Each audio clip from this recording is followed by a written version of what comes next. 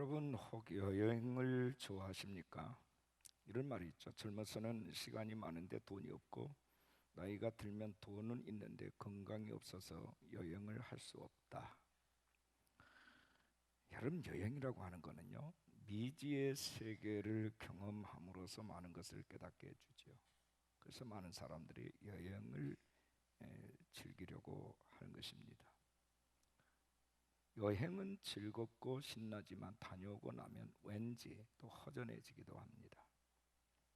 그래서 그 허전함을 달래기 위해서 계속해서 여행을 떠나는 이른바 여행 중독자들도 있습니다. 새로운 것을 향해서 떠난다는 것은 동일하지만 전혀 다른 차원의 또 하나의 여행이 있습니다. 바로 순례입니다. 순례는 자신을 찾아서 떠나는 것이 아니라 하나님을 찾아서 떠나는 것을 우리는 순례다 이렇게 말을 합니다. 순례자의 길은 어렵고 힘듭니다. 갈 바를 알지 못하고 가야 하는 길이기도 합니다. 그러나 세상에서의 어떤 여행에서도 맛볼 수 없는 기쁨과 넘치는 감사가 있습니다. 신앙생활이라고 하는 것은 여행이 아닌 순례자의 길인 것입니다. 자신만을 위해서 즐기고 사는 것이 아니라 계속해서 하나님을 찾아 나서는 순례자의 길이다 하는 것입니다. 오늘 본문에 소개되고 있는 아브라함, 그는 믿음의 조상입니다. 우리에게 순례자의 길을 잘 가르쳐 준 롤 모델입니다. 그를 통해서 하나님의 선민 이스라엘이 태어났습니다.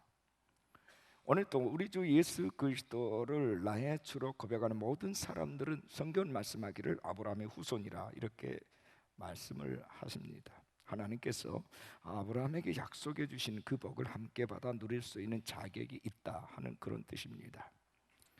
어떻게 해서 우상의 땅에서 벌품없이 살았던 아브라함이 그토록 엄청난 복을 받을 수 있었을까? 히브리서 11장은 그것을 아주 명료하게 우리에게 가르쳐주고 있습니다. 아브라함은 갈 바를 알지 못한 채 믿음으로 나아간 사람이다. 믿음으로 순종한 사람이다. 이렇게 말씀을 하고 있습니다. 본문 8절 말씀을 보면 믿음으로 아브라함은 부르심을 받았을 때에 순종하여 장래의 유업으로 받을 땅에 나갈새 갈 바를 알지 못하고 나아갔으며 라고 기록합니다. 여행을 떠날 때는 목적지를 정하고 그에 따른 모든 비용과 계획을 세우는 것이 원칙입니다. 교통편은, 그리고 잠자리는, 먹거리는, 최종 목적지는, 그리고 비용은, 이런 것들을 잘 따지고 따져서 준비하는 거죠. 여행이 아닌, 그것도 해외로 온 가족이 이민을 떠나야 할 상황이 아브라함의 상황입니다. 계획이 전혀 없고 알 수도 없어요. 최종 목적지가 어딘지조차도 하나님만 아십니다. 아무것도 아브라함은 아는 게 없어요. 그런데도 하나님은 떠나라는 명령 하나 붙들고 순종하여 떠납니다. 그래서 히브리서 11장에서 아브라함을 소개할 때는 두 가지 단어를 떠올리게 합니다. 하나는 믿음, 또 하나는 순종. 이 단어를 강조하고 있습니다. 자, 오늘 제목입니다. 우리 한번 따라하겠습니다. 믿음의 순례자 아브라함. 자, 옆에 분에게 이렇게 나누십시다. 우리는 믿음의 순례자들입니다. 우리는 아브라함의 길을 따르는 자들입니다. 네, 믿음의 순례자 아브라함에게 있어서 하나님께서 그에게 주신 은총이 세 가지가 있습니다. 첫째는 아브라함은 그 부르심에 대한 확실한 믿음이 있었다는 겁니다. 하나님의 콜링에 대한, 소명에 대한 믿음이 있었다. 확고한 믿음. 아브라함의 고향은 여러분들이 잘 아신 대로 갈대아 우르입니다. 메소포타미아 남쪽 지역에 있는 땅입니다. 우르는 오늘날로 말하자면 이라크 지역입니다. 지금은 별 볼 일 없지만 당시에 이 우르라는 이 지역은 일찍이 인류 최고의 문명으로 손꼽히는 수메르 문명, 이른바 메소포타미아 문명을 꽃피운 수메르 왕국의 수도입니다. 이 문명은 여러 면에서 최초라는 기록을 가지고 있습니다. 최초의 도시국가, 최초의 문자 사용, 최초의 법전 함무라비 법전, 최초의 학교 교육, 최초의 바퀴 달린 전차, 최초로 맥주를 생산하는 곳, 이것이 바로 수메르, 메소포타미아의 문명지입니다. 뿐만 아니라 기하학과 측량수를 이용을 해서 건축 기술을 발전시켰습니다. 이곳 우루 지역은 지전 4100년경에 지구라트라고 하는 거대한 신전탑이 하나 있었습니다. 창세기 11장에 나오는 바벨탑 얘기는 이 지구라트를 배경으로 시작된 스토리입니다. 노아 홍수 사건 이후에 흩어진 자들이 동쪽으로 이동을 하다가 바로 시날 평지, 지금의 메소포타미아의 남부 지역입니다. 이곳에 다시 지구라트보다 더 큰 탑을 쌓습니다. 그게 바벨탑입니다. 지구라트 탑을 쌓을 때 하나님은 흩어지겠습니다. 이제는 우리가 더 크게 탑을 쌓아서 흩어짐을 면하자, 우리가 하나님과 한번 비교보자 해서 세워진 게 바벨탑입니다. 하나님을 향한 인간의 교만의 극치, 교만의 탑입니다. 결국 하나님은 그들을 언어를 혼잡게 하심으로 인해서 사방으로 흩어지게 하셨습니다. 이런 배경을 가진 메소포타미아의 문명의 중심지인 우루 지역에 아브라함이 살고 있었습니다. 많은 사람 가운데서 하나님께서 특별히 아브라함을 부르시고 바로 최초로 믿음의 족장이라는 이름을 붙여주셨습니다. 바로 이것이 아브라함을 부르신 사건입니다. 찬란한 문명의 도시 한복판에 정착해서 잘 살고 있던 아브라함을 불러내신 것입니다. 하나님의 부르심에 순종해야 한다는 것은 참으로 많은 대가를 지불해야 되는 그런 상황입니다. 정착민이 유목민처럼 떠돌아다녀야 하는 것입니다. 하나님이 주시겠다고 약속한 가나안 땅은 메소포타미아 지역과 비교하면 아주 열악하고 척박한 곳입니다. 가나안은 평지가 적고 광야와 거친 산들이 많습니다. 물이 귀하고 아주 척박한 땅입니다. 인간적으로 아브라함이 그 부르심에 순종한다고 하는 것은 어느 누구도 이해할 수 없는 아주 바보 같은 행위였습니다. 성경을 종합해 보면 하나님께서 아브라함을 부르신 사건이 두 번에 걸쳐서 나옵니다. 사도행전 7장에 보면 스데반의 설교가 그것인데요, 2절에서 4절을 보면 이렇게 기록하고 있습니다. 스데반이 이르되 여러분 부용들이시여 들으소서, 우리 조상 아브라함이 하란에 있기 전 메소포타미아에 있을 때에 영광의 하나님이 그에게 보여 이르시되 내 고향과 친척을 떠나 내가 네게 보일 땅으로 가라 하시니, 아브라함이 갈대아 사람의 땅을 떠나 하란에 거하다가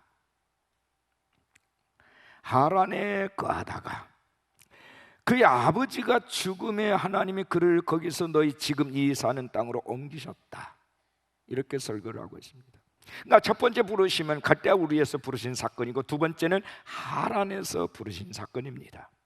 아브라함은 처음에는 가나안으로 바로 가지 아니하고 하란 땅에 머물렀다는 것입니다. 하란은 터키와 시리아의 국경 지역으로 우리에서 약 880km 떨어진 곳입니다. 하란은 당시 점점 기울어가는 우루와는 달리 경제 중심의 큰 도시였습니다. 하란이라는 이름의 뜻은 금빛 이삭이라는 말입니다. 금빛 이삭, 이름 그대로 아주 풍요로운 땅이었습니다. 머물 만한 유혹의 땅이었습니다. 하지만 그곳 역시 하나님이 약속한 땅은 아니었습니다. 하나님은 두 번째 아브라함을 다시 부르십니다. 창세기 12장 1절에 여호와께서 아브라함에게 이르시되 너는 너의 고향과 친척과 아버지의 집을 떠나 내가 네게 보여줄 땅으로 가라. 두 번째 부르심이에요. 여러분, 오늘 우리도 마찬가지죠. 하나님의 부르심에 응답은 했지만 온전하게 순종하지 못할 때가 많지요. 누구나 하란 땅처럼 안전하고 풍요로운 땅에 살고 싶어합니다. 이것이 우리 인간의 욕망입니다.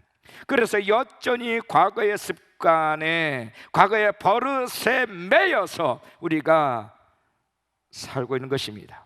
하나님이 떠나라고 말씀하신데도 불구하고 그 명령을 무시하고 사는 것은 그 땅이 너무나도 우리에게 좋기 때문에, 하나님은 하란 땅에 안주하고 있는 아브라함을 다시금 떠나라고 재차 명령하십니다. 내가 네게 보여줄 땅으로 가라. 이 땅은 갈 바를 알지 못하고 가야 할 땅입니다. 가야 할 것은 거친 광야입니다. 문명의 혜택을 전혀 받지 못하는 곳으로 나아가는 길입니다. 예컨대 이 명령은 지금 우리를 향해서 명령하셨다고 한다면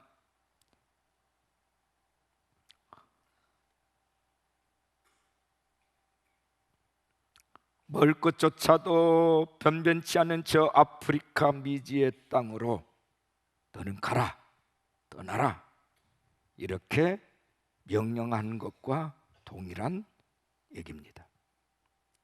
여러분, 순종할 수 있겠습니까? 쉽지 않습니다. 참으로 어려운 결단을 해야 될 일입니다. 대부분 여기에서 넘어지는 것입니다. 아브라함도 넘어졌습니다. 하나님은 다시 찾아오셔서 두 번째 그를 부르십니다. 성경에 나오는 믿음의 주인공들도 처음에는 대부분 다 넘어졌어요. 요나도 넘어졌고 베드로도 넘어졌습니다. 그런데도 주님은 계속해서 그들을 찾으셨어요. 우리는 얼마나 주님의 부르심 앞에서 넘어졌습니까? 하란 땅에 머물던 아브라함처럼 떠나질 못하고 안주하고 있지는 않은지, 그런데도 하나님은 우리를 포기하지 않으시고 계속 부르십니다. 아직 우리에게 희망이 있다는 겁니다. 다시 찾아오셔서 부르십니다. 우리가 보기에도 형편없는 모습이지만 주님은 결코 포기하지 아니하시고 내가 네게 지시할 사명의 자리로 가라,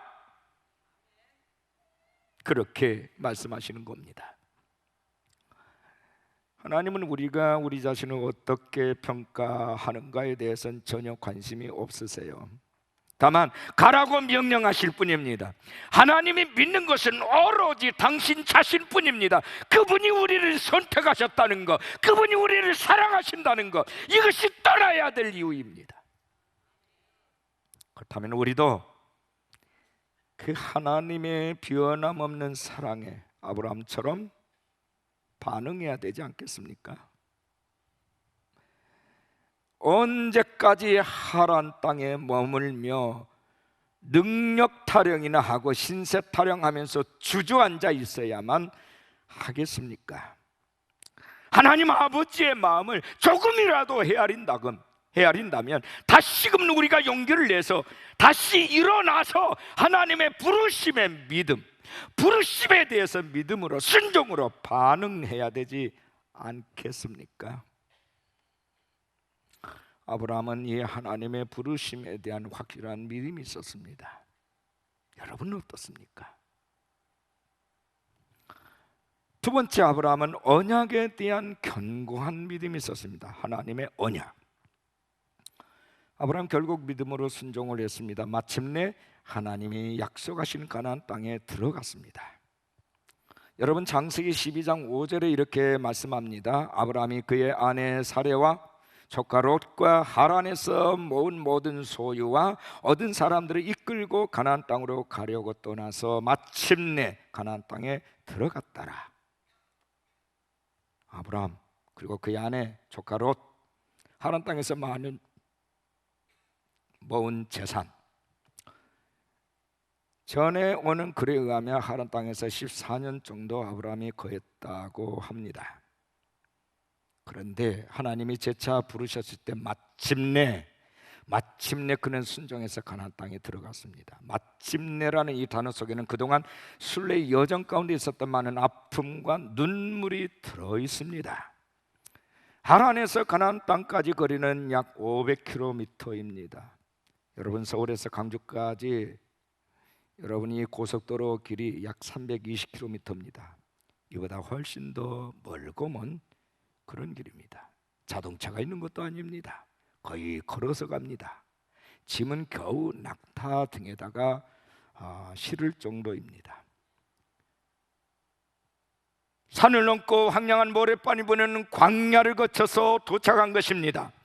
우르나 하란처럼 문명도시가 아닙니다. 비옥한 땅도 아닙니다. 아브라함은 여기서 또 한 번 다시 삐그덕거립니다.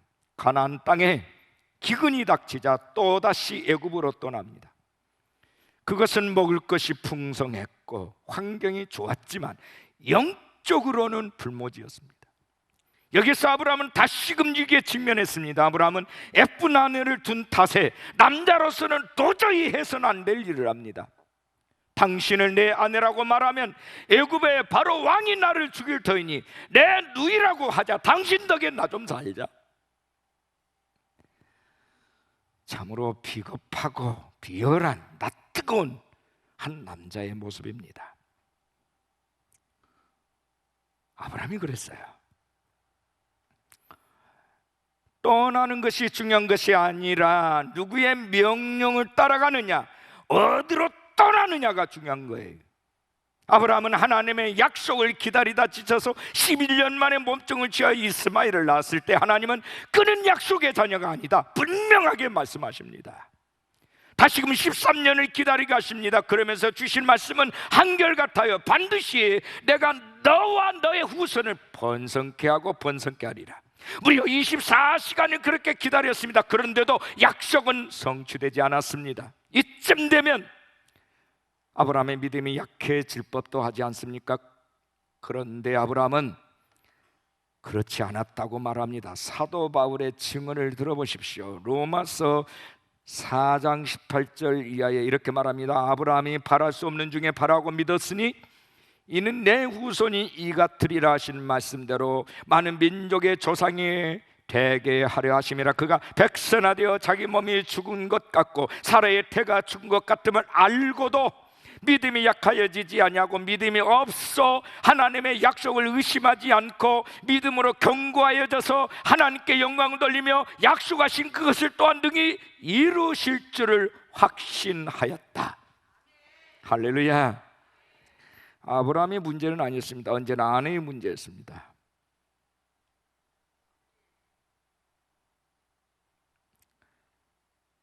그러나 그것은 아내의 문제일 뿐만 아니라 아브라함의 문제이기도 했습니다. 왜요? 부부는 하나이기 때문입니다.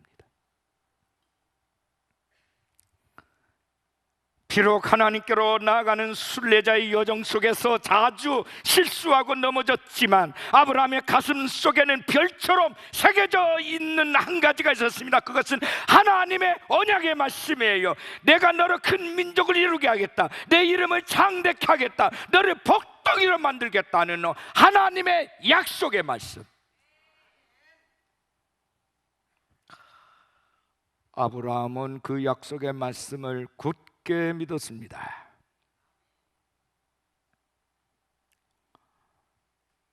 그 앞에는 아무것도 보이지 않고 이런 것이 없었지만 아브라함은 하나님이 말씀하신 바 그대로 이루어질 것을 확신했습니다.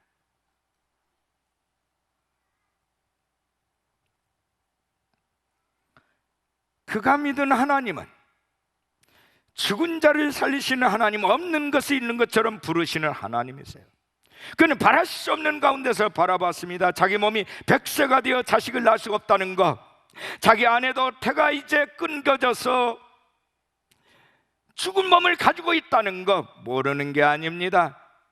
다 잘 알고 있습니다. 그럼에도 불구하고 그것을 알고도 믿음이 약하여지지 아니했다. 성경은 그렇게 말씀을 하고 있어요. 여러분, 믿음이라고 하는 것은 상식의 길을 걸어가는 게 아니에요. 내가 할 수 있는, 내가 경험한, 내가 알고 있는 것을 따라가는 것이 아니에요. 하나님을 따라가는 것이 믿음이에요. 하나님을 크게 보시기를 바랍니다. 내 경험, 내 지식, 내 능력의 크기에 하나님을 맞추면 안 되는 거예요. 하나님의 크기에 나를 맞추는 것이 믿음이에요. 사람들은 일기예보를 믿지요. 거의 일어날 확률이 없는 815만 분의 1 확률밖에 되지 아니하는 로또를 매주 삽니다. 그러면서도 정확무한 하나님의 약속의 말씀에 대해서는 믿으려 하지 않습니다. 이게 바로 인간이에요.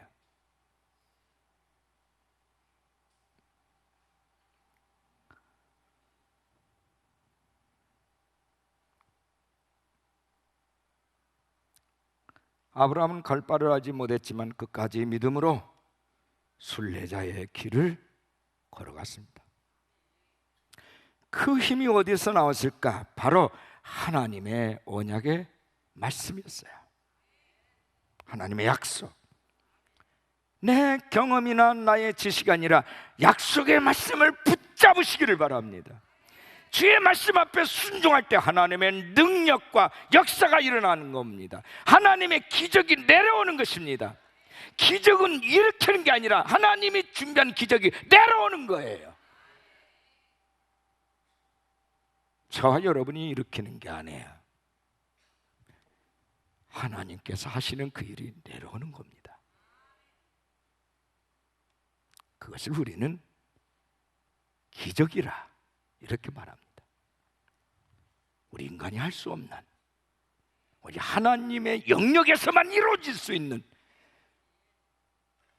하나님이라고밖에 답할 수 없는 그 일을 기적이라 그렇게 말하는 것입니다. 세 번째는 아브라함은요, 에베를 소중히 여기는 믿음을 가지고 있었습니다. 에베입니다. 에베. 아브라함은 가는 곳마다 제단을 쌓고 예배를 드렸습니다. 마침내 가나안 땅에 도착한 후에 가장 먼저 한 행위도 예배입니다.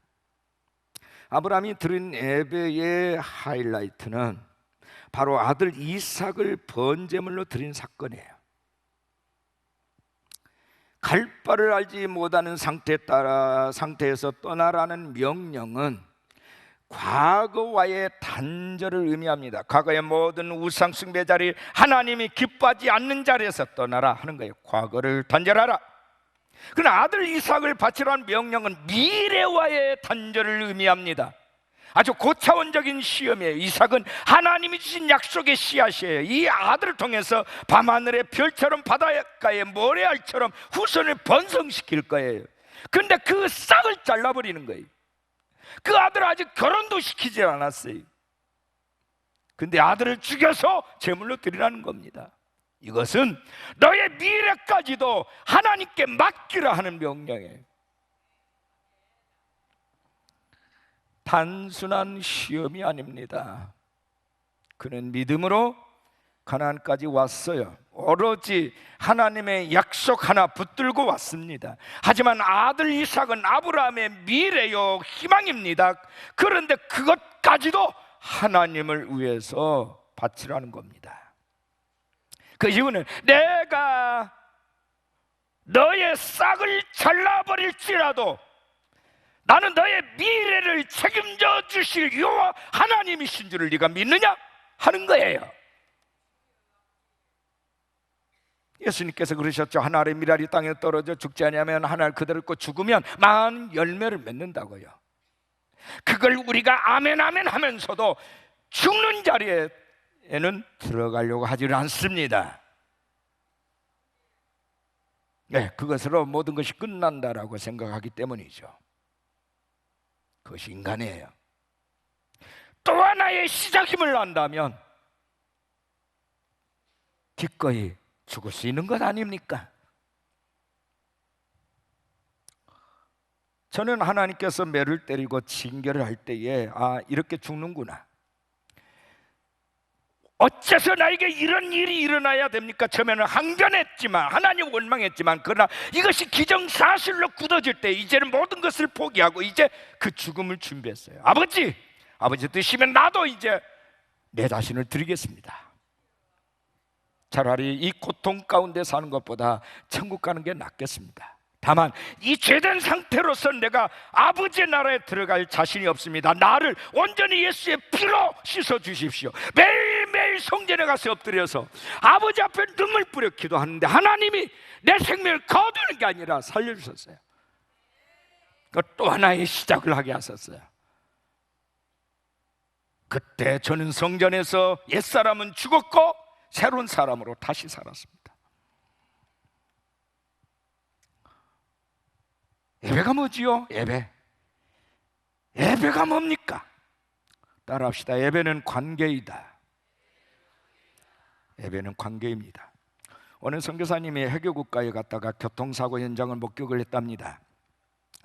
지나가던 자전거를 친 자동차 운전자가 사고당한 사람에게 다가가서 괜찮으세요? 하고 묻습니다. 근데 피해자는 벌써 의식이 없어서 대답을 할 수 없습니다. 운전자는 인살라 하고서 떠나버렸습니다. 인살라, 알라의 뜻이다 하는 거예요. 알라의 뜻. 네가 사고 난 것도 인살라, 알라의 뜻. 네가 망해도 인살라, 알라의 뜻. 알라의 일방적이고 절대적인 명령만 있고 사랑의 관계는 없어요. 샤머니즘에는 이렇게 강구만 있고 사랑은 없습니다. 사업을 시작할 때 돼지머리를 놓고 고사를 지내면서도 아무도 우리의 사업이 잘 되겠습니까? 라고 묻지 않습니다. 돼지머리가 뭔가 말할 것이라고 기대하지 않지 않습니까? 돼지머리로 형상화한 자기 우상을 세워놓고 난 반드시 성공할 거야, 난 출세할 거야, 끊임없이 주문을 내옵니다. 그러면 성공하는 겁니까? 그러나 하나님께 드린 예배는 그렇지 않습니다. 하나님과의 관계입니다. 하나님과 교제하고 하나님을 만나는 거예요. 저는 하나님을 오늘 만나러 왔습니다. 하나님 말씀해 주십시오. 종이 듣겠나이다. 그리스도인들은 예배를 통해서 하나님의 말씀을 듣는 겁니다. 하나님을 만나는 거예요. 하나님의 사랑을 공급받는 겁니다. 하나님과 교제하는 거예요. 그리고 하나님으로부터 오는 힘을 공급받습니다. 그리고 하나님의 명령을 듣습니다. 그리고 그 소명대로 반응합니다. 이것이 예배입니다. 기도가 길다고 비판하지 마십시오. 설교가 길어진다고 계속 시계 쳐다보지 마세요. 예배 인도자가 찬양을 인도할 때 음악 감상하듯이 듣고만 있지 마십시오. 사람에게만 신경 쓰고 하나님의 말씀 앞에 아무런 반응도 보이지 않는다면 샤머니즘의 제사와 다름없습니다. 이런 종교적 행위는 나는 예배를 드렸다고 생각하겠지만 하나님은 절대로 받지 않으십니다.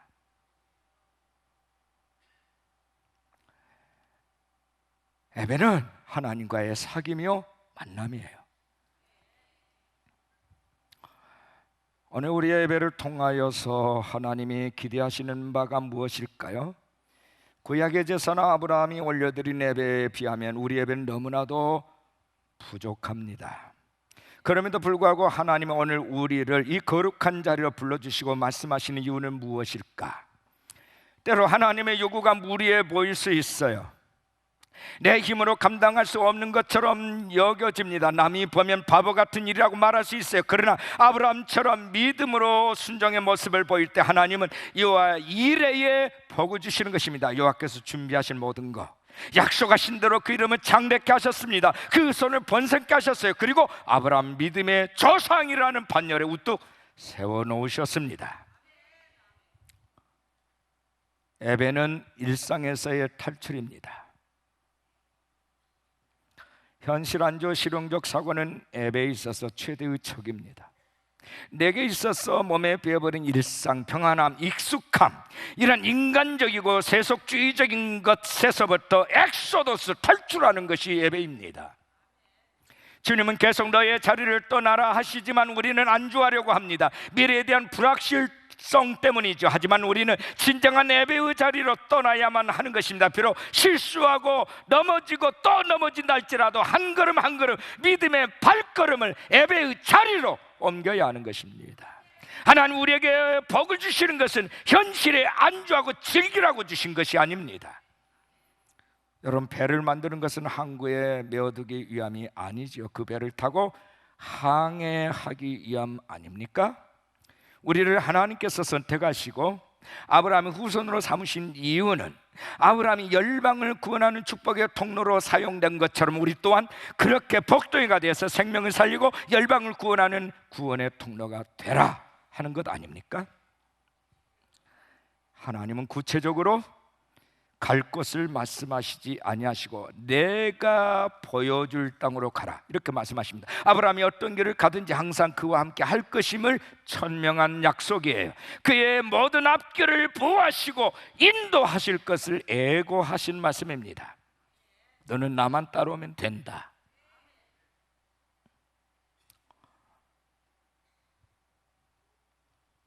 예배는 성령의 기름 부음이 있는 것이에요. 다시 말하면 성령의 기름 부음이 없는 예배는 예배가 아니다, 그 말입니다. 예배에 있어서 성령의 기름 부으심을 받는 것보다 더 중요한 건 없어요.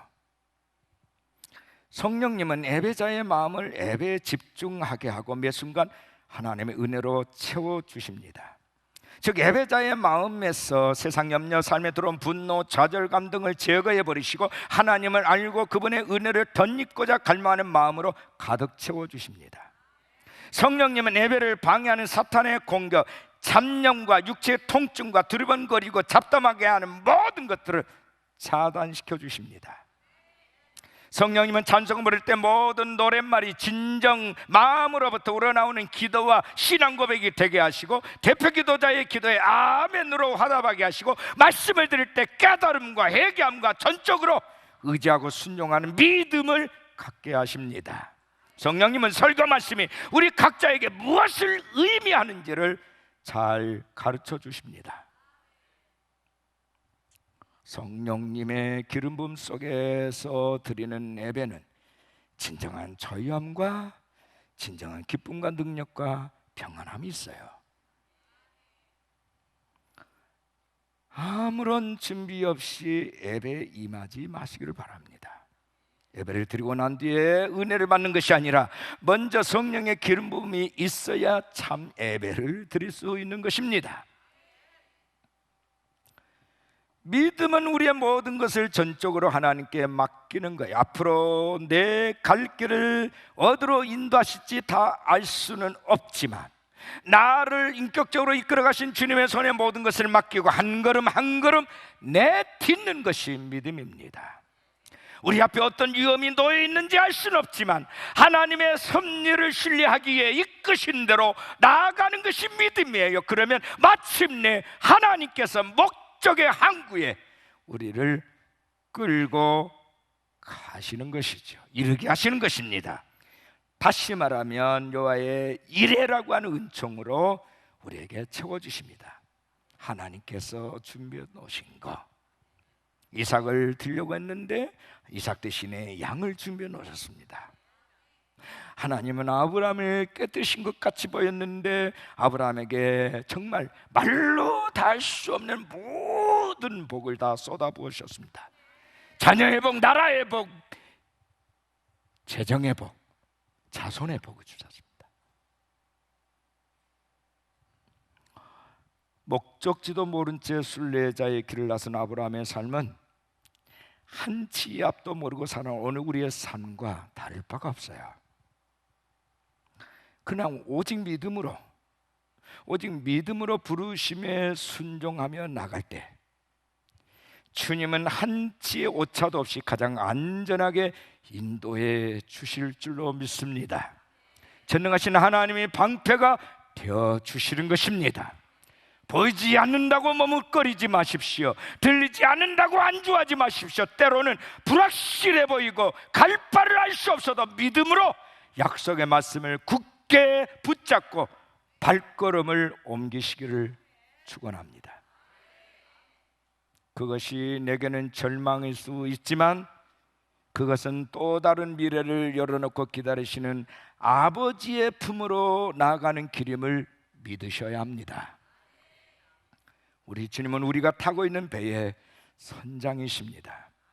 우리의 갈 길을 비춰주시는 등대이십니다. 우리 인생의 선장이시고 등대이신 주님의 발자취를 따라서 오늘 또 내일 또 주님 오시는 그날까지 우리는 믿음으로 순례자의 길을 떠날 때 가장 아름다운 것으로 소망의 황구로 우리를 인도하여 주실 줄 믿습니다.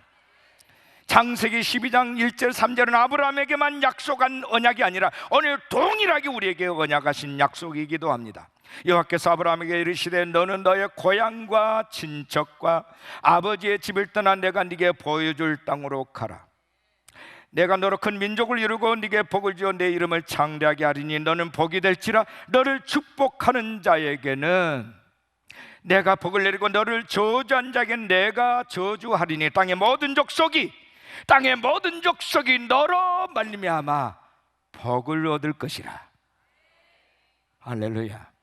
우리 가슴에 손 한번 얹어 보실까요? 땅에 있는 모든 족속이 주석이로 말미암아, 여러분의 이름을 대입시키세요. 주석이로 말미암아 복을 얻을 것이라. 여러분으로 말미암아 땅에는 모든 족속이 복을 받게 될 줄로 믿습니다. 우리 주변에 우리가 알고 있는 유명세, 이른바 굉장히 유명하게 된 사람들 많죠. 여러분 10년 후, 20년 후, 30년 지나면 강주시장이 누구였는지 많은 사람들이 기억해서 희미해질 것입니다.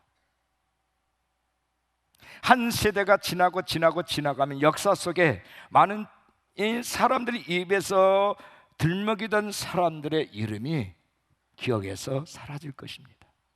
근데 우리는 정말 믿음의 행로를 걷는 사람들은 잊지 않고 있습니다. 아브라함, 이삭, 야곱, 아브라함, 링컨, 그 사람들은 지금도 이 세상에 없지만 그들은 지금도 우리에게 믿음을 가르치고 있습니다. 무명인 같으나 유명인이고 유명인 같으나 무명인인 그런 역설의 진리가 있는 이 세상에 살고 있는 저와 여러분, 땅만 보지 말고 하늘을 바라보시기를 주 예수의 이름으로 축원합니다.